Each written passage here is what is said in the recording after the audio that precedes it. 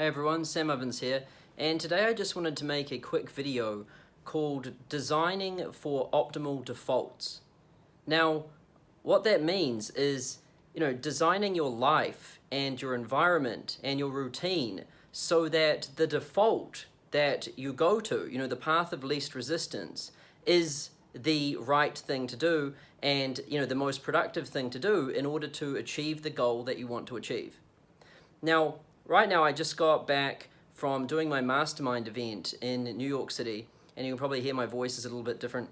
I ended up getting sick, and the Mastermind went really well. And, the Mastermind that we've got a group of about 60, 70 people, and I think about 4 of them are making 8 figures a year, and more than half the people there are making 7 figures a year, a lot multi-7 figures. And it's a really advanced group of people, and they're doing really big things. And a lot of the people in this mastermind are like influential people with masterminds of their own. And what's always amazing is that I think a lot of people believe that these masterminds are going to hold really advanced information. And if you go into one of these masterminds, it's going to be like the most advanced stuff ever, like which color should I have this button, or how many milliseconds should this pop-up wait before it loads, all of this advanced technical stuff. But really that couldn't be any further from the truth. At these masterminds, pretty much what we spend the entire first day doing is just trying to become more productive. And this is a funny thing because a lot of people would think, what, you join a mastermind to become more productive? Or time management skills are just everyone knows time management skills. Everyone knows about productivity. So why would I join a mastermind group to learn about time management and being productive? I want to get the advanced stuff, right? That's what a lot of people believe. But here's the thing. It's always the simple things in life and in business that get the major results. And to give you a perfect example, if we look at, fitness, health and fitness, if you want to be healthy, and if you want to be in good shape and all of that and be fit, all you really need to do is, number 1, get sleep. Get a good amount of sleep, 7-8 hours. Number 2, drink water, be hydrated. Number 3, exercise. And number 4, just eat well. That's it. That is all you need to do. You do those things, you'll be fit and healthy. But, the whole world goes and complicates this whole damn thing, and they're like, oh no, I need this special raised shoe, or I need this new Nike watch that tells me what time it is, even though, really I know I should just be going to the damn gym, but no, I need this Nike watch or this new Nike app. People just complicate the hell out of this stuff. But really, when it comes down to it, those are the things you need to do. And so why is it that people, want to think or want to believe that it's something else? And the reason, I don't actually know the answer to that. If I knew the answer to that, then I would be able to solve the human condition. But really what I think it is humans don't want to accept that it's the hard thing. If someone's overweight, they don't want to accept that it's just the fact that they're, living like shit. They don't want to accept the fact that they don't exercise and they eat like crap and they sleep like crap and no wonder they're fat, right? They want to accept that it's something else, it's something more complicated. And I find this is the same in business as well. People know that they need to just work harder, more intensely, more focused. They need to keep things simple, and they need to work on things consistently for long periods of time. And, they need to just do this relentlessly, day in, day out, just repetitively for years to achieve the results. That's the truth. But they believe that, maybe it's just, something a little bit more, something a bit nicer, something a bit more palatable. But it never is. And so on the first day of the mastermind, this time round, I completed 2 main exercises with everyone to really help them find where most of their time is being wasted and how to fix it, and also how to optimize their environment so that they design for optimal default. And this is what this video is about, how to design your life and your lifestyle and your environment so that your default, the path of least resistance, is the right thing to do. So first of all, I'll tell you how to really manage your time. And this is a very simple thing to do. So all you need to do is for 7 days, you can do this starting today, measure where your time goes every 30 minutes. Just have your timer on your iPhone or whatever go off every 30 minutes, and then just keep a notepad out, and then just write down where your time goes. And do that for 7 days. And do it in your personal life and when you're working. And if you're asleep, for 8 hours, just write sleep. And do that for 7 days. Then at the end of those 7 days, what I want you to do is look at all the areas where your time went. And then I want you to define some categories or some buckets that, that can contain, similar types of time spent. So, for example, if you spend a lot of time browsing, Facebook or whatever, you can just bucket that into social media. And then social media within that could have, Facebook, Instagram, whatever. And so then what you do is you categorize the major areas where your time goes, and then you assign a number of hours to each bucket. So how many total hours did you spend on social media, on email, on driving, on fitness, on reading, on watching Netflix, all of that. And then once you've written all of that down, what you want to do is then define your goal. So what is it that you're actually trying to achieve? And this is an important one, and a lot of people are like, oh, wow, I don't even know my goal. Well, you really need to know what you're trying to achieve. Otherwise, it's kind of like going to the airport and being like, I don't know where I'm supposed to go, but I'll just get on a flight, and, you will end up someplace, but whether that place is where you actually want to be, that's a different question, all right? So you have to know where you want to go. So once you've defined that goal, let's say it's to make like, $1 million for the year, right? Once you've defined that goal, now you want to look at all the different categories where your time is being spent. And you want to think, well, which of these categories contributes towards achieving my goal? And which of these categories does not contribute towards achieving my goal? It's very simple. It either contributes or it does not contribute. So what I want you to do is go through that list of categories and write negative or positive next to them. All right? So class them, negative or positive. And then once you've done that, then what I want you to do is weigh each category. So if something is a negative, let's say social media, and it doesn't help you achieve your goal, now weigh it. How negative is it? How much of a distraction is it? If it's really a distraction, then weigh it like 90%. And if something like doing sales calls or working on your Facebook ads or creating, more content for your course or your program or helping your clients get better results, if it's very constructive and if it contributes towards your goal, then what I want you to do is weigh that category. And, if it contributes a lot, you're probably going to weigh it at about 90%. And the reason why you want to class these things first and weigh them second is because we need to know of the things that help us, the actions that contribute to our goal, which ones are most potent and powerful. And of the things that distract us from our goal and basically, are things that we expend energy and time on but are of no value to us. Well, how bad are these things, right? Because something isn't just good or bad or positive or negative, they have varying degrees, and that's what we use the weight function for. And so once you've done this exercise, you should know exactly where your time goes on a weekly basis, and you should know which things contribute, which things detract, and also the potency of each thing. Once you know this, then it's very simple what you do. You simply eliminate the negatives. And I really mean it. You eliminate them. There's nothing better than just getting rid of it. And a lot of people think, oh no, I don't want to get rid of this thing. I should just try and work an extra 10 minutes a day and I can just fit this little thing in here. Get rid of it. Stop hanging on to this shit. Honestly, there's nothing quite like getting rid of something. It's one thing to automate something. It's another thing to delegate it. It's another thing to try and create a system to fit it in. But nothing works as well as just eliminating it.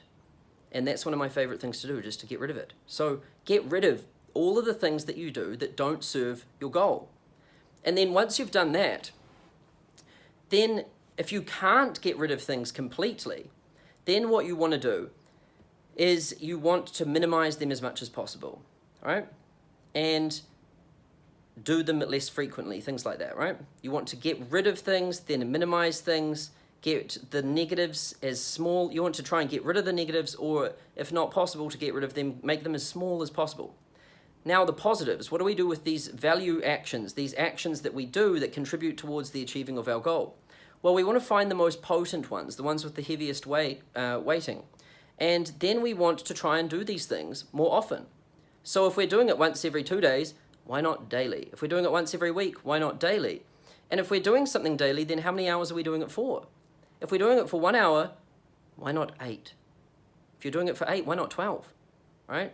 If you find something that works, do it until it can no longer be done. Exhaust the thing. All right? One of the skills and strengths I've picked up over the years is to really get good at finding the things that, well, I've really gotten good at determining signal from noise. So finding the things that really don't do anything, which is most things, by the way, and then finding the very small few things that actually contribute and add value and help growth. And then what I do is I just lock, like I put a Terminator gaze on the thing that adds the value, and I just don't let go of it, and I just execute on it relentlessly as much as I possibly can. I just unleash hell on this thing. And that might mean, working on it 12 hours a day, 6 days a week for years on end. And it might even mean hiring other people so that they can add their energy to it too. And then unloading money and investment capital on this thing so we can really just hammer it in. When you find something that works, just do it more. Do it until it can no longer be done. And when you find something that doesn't work, get rid of it.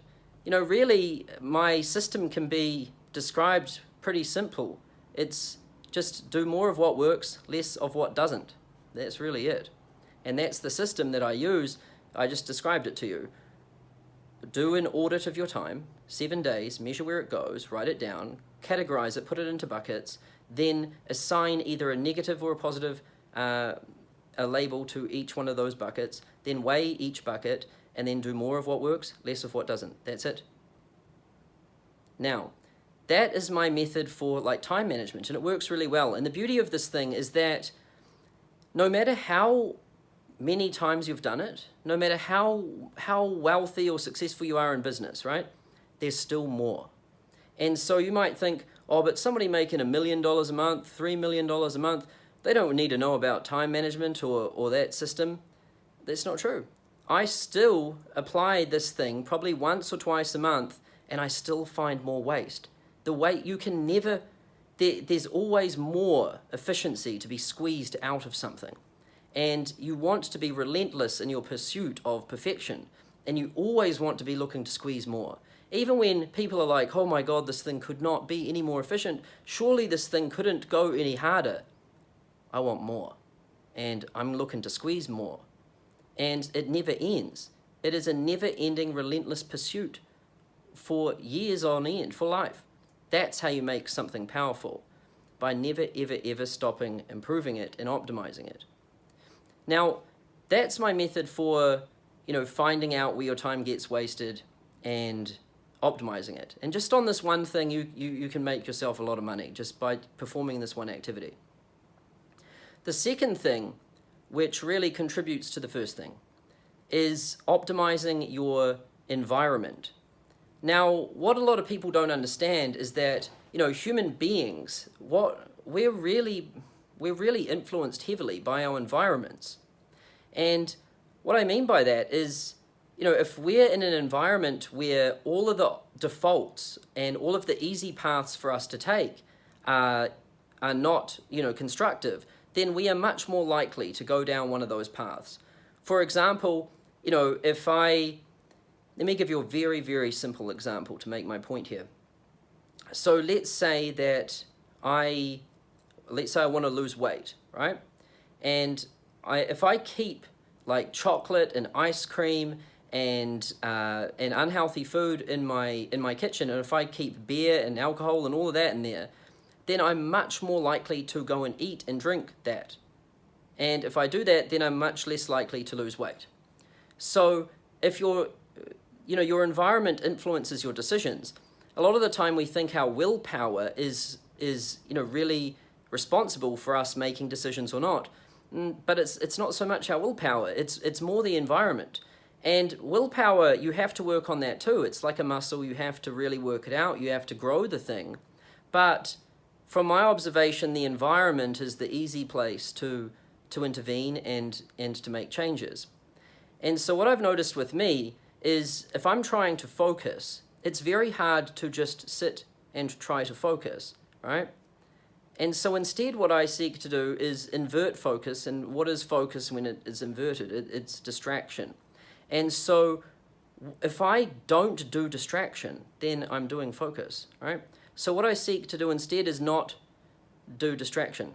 So what I try and do is I find all things that are distracting and I eliminate them. So I do that on my time audit. I find out where all my time goes, the things that are distracting, I eliminate them, I try to get rid of them. And then what I do is I perform an audit on my environment.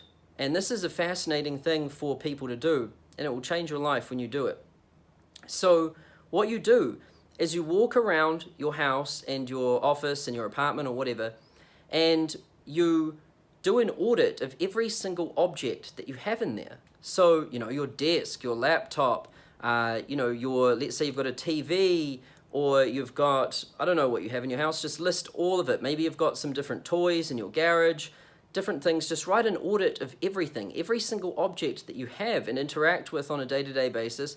Write it down. You can put this in a Google sheet or something, like list it down. Now, once you've identified all the objects in your environment, the second thing you want to do is class them.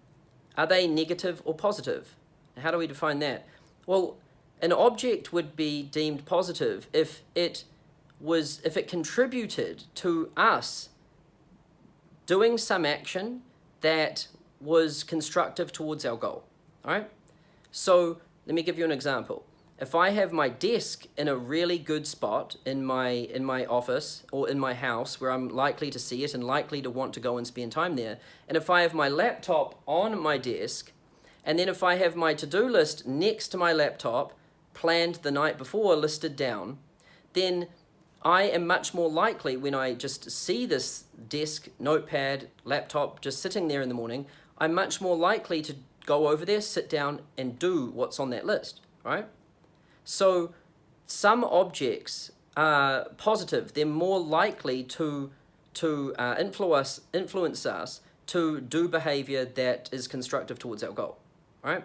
And some objects are negative, and by that I mean they're more likely to influence us to do an action that is not constructive towards our goal. Example, you could have an Xbox and a TV, right?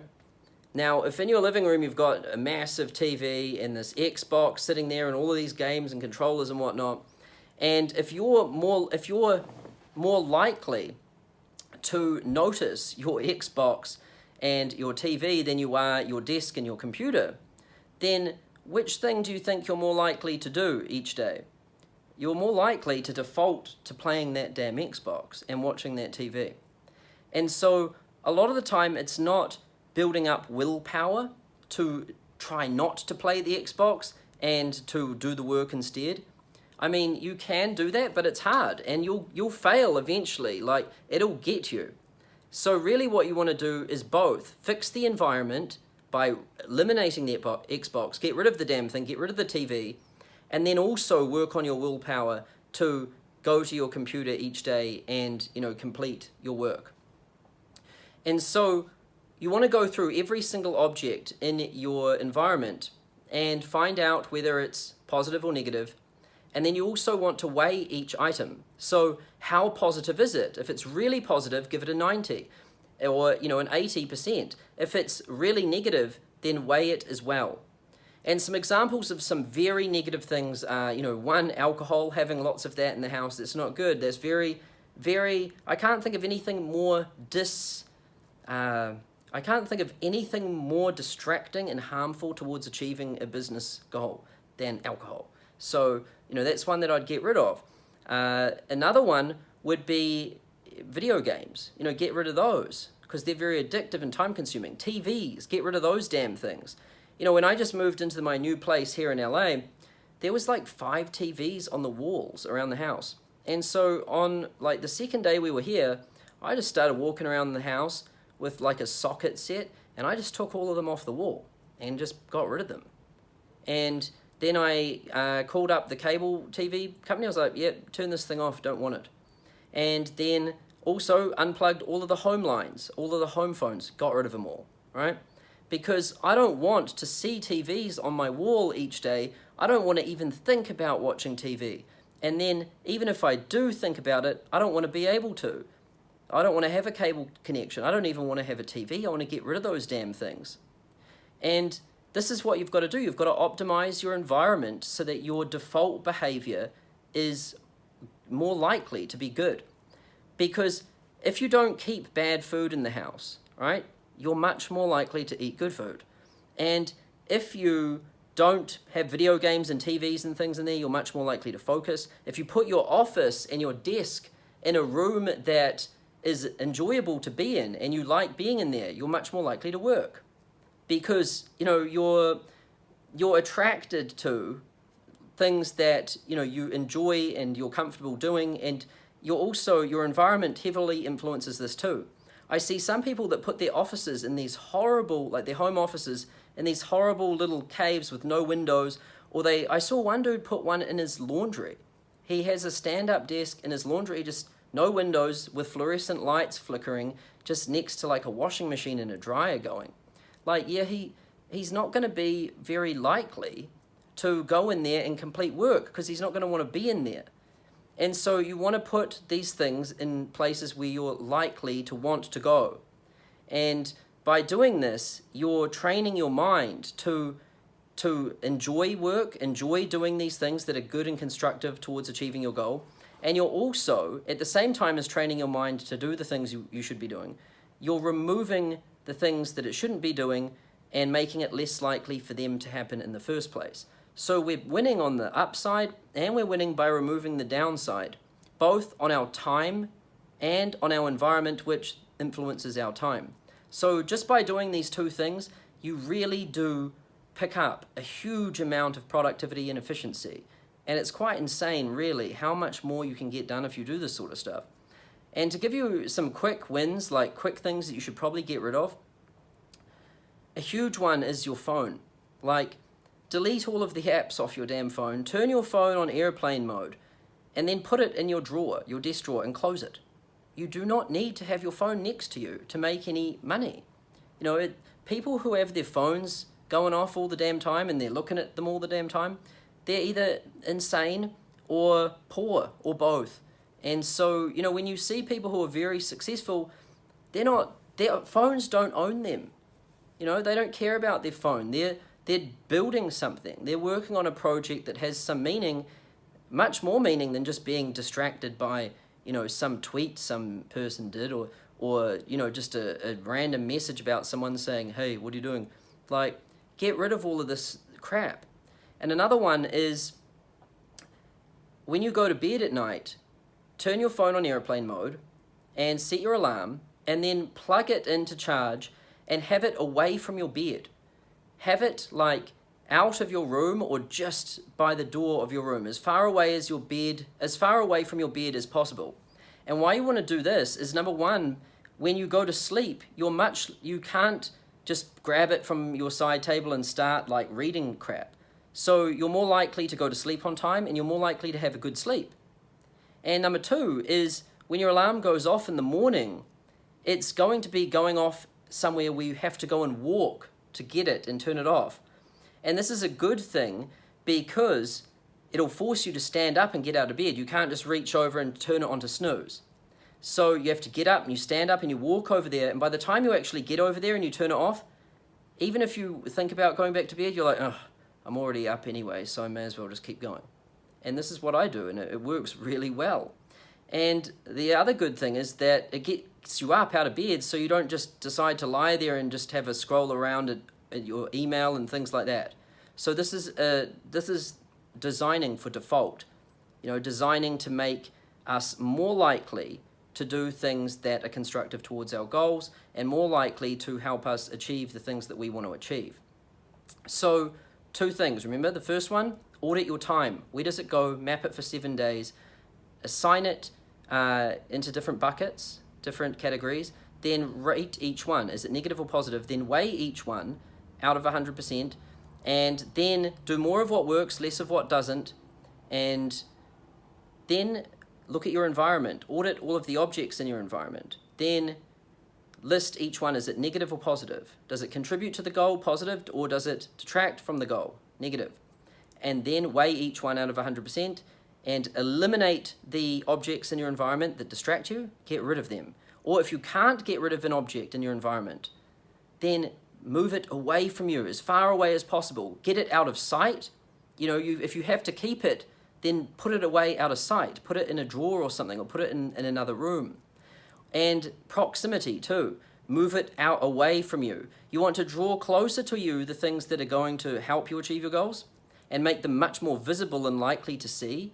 And you want to hide and move far away from you the things that are going to distract you from your goals. This is how you optimize your environment. And when you work on both things, optimizing where your time goes and your environment, and then back to your time and then back to your environment in a never-ending loop, you will turn into a machine. And I mean like a real man machine, human machine. You will get 100 times more things done than most other people, and they will look at you and be like, whoa, what is this person doing? And really, it might look fancy and kind of amazing from the outside, but from the inside, it's very simple. It's just doing more of what works, less of what doesn't, and completing those 2 exercises that I just explained to you in this video. Now, if you liked this video, then just click that like button. And also, leave me something in the comment section below. Just give me some feedback. Let me know what you thought of this video, if you liked it or whatever. And also, subscribe to my YouTube channel. I release a video like this every single week, and I also release customer interviews with some of my students as well. So thanks for watching this video, and I look forward to seeing you in the next one next week.